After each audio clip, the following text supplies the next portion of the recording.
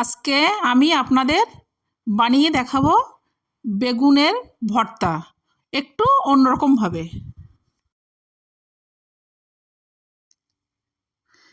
এখানে আমার একটা বেগুন আছে। বেগুনটা আমি তেল মাখিয়ে নেব।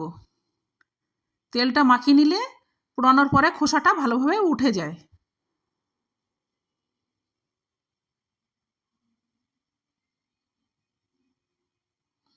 এবার আমি পুড়িয়ে নেব বেগুনটা।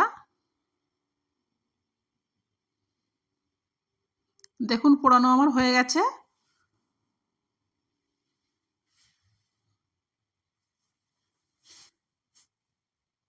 দেখুন খোসাটা কীভাবে উঠে যাচ্ছে। খোসাটা আমি ছাড়িয়ে নেব এভাবে।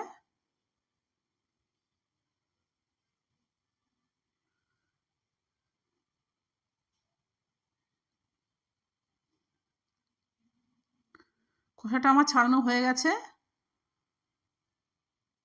ভিতরে আমার পোকা আছে কি পোকাটা আমি দেখে নেব। অনেক সময় ভিতরে এরকম পোকা থাকে। এবার আমি একটা এতে ডিম ফাটিয়ে দেবো। স্বাদ মতো লবণটা আমি দিয়ে দেবো। 1 চামচ জিরের গুঁড়ো, 1 চামচ ধনের গুঁড়ো, একটু আদা বাটা, একটু রসুন বাটা, একটা পেঁয়াজ কুচানো, 2টো লঙ্কা কুচানো দিয়ে আমি ভালো করে মেখে নেব।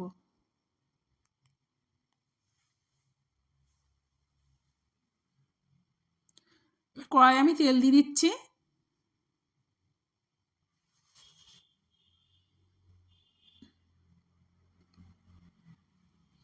বেগুনটা আমি দিয়ে দিচ্ছি। এবার ভালো করে নেড়ে চেড়ে আমি বেগুনটা কষে নেব।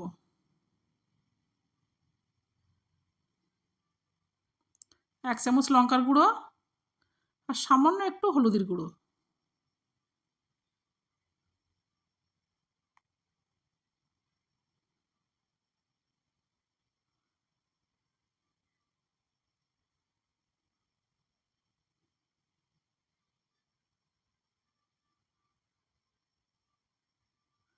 এখানে আমি 1 চামচ ঘি দিয়ে দেবো।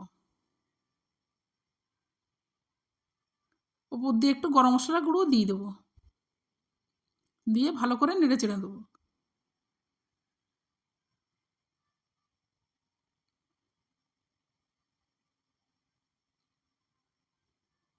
হয়ে গেছে, আমি নামিয়ে নিচ্ছি। রেডি হয়ে গেছে আমার বেগুন ভর্তা।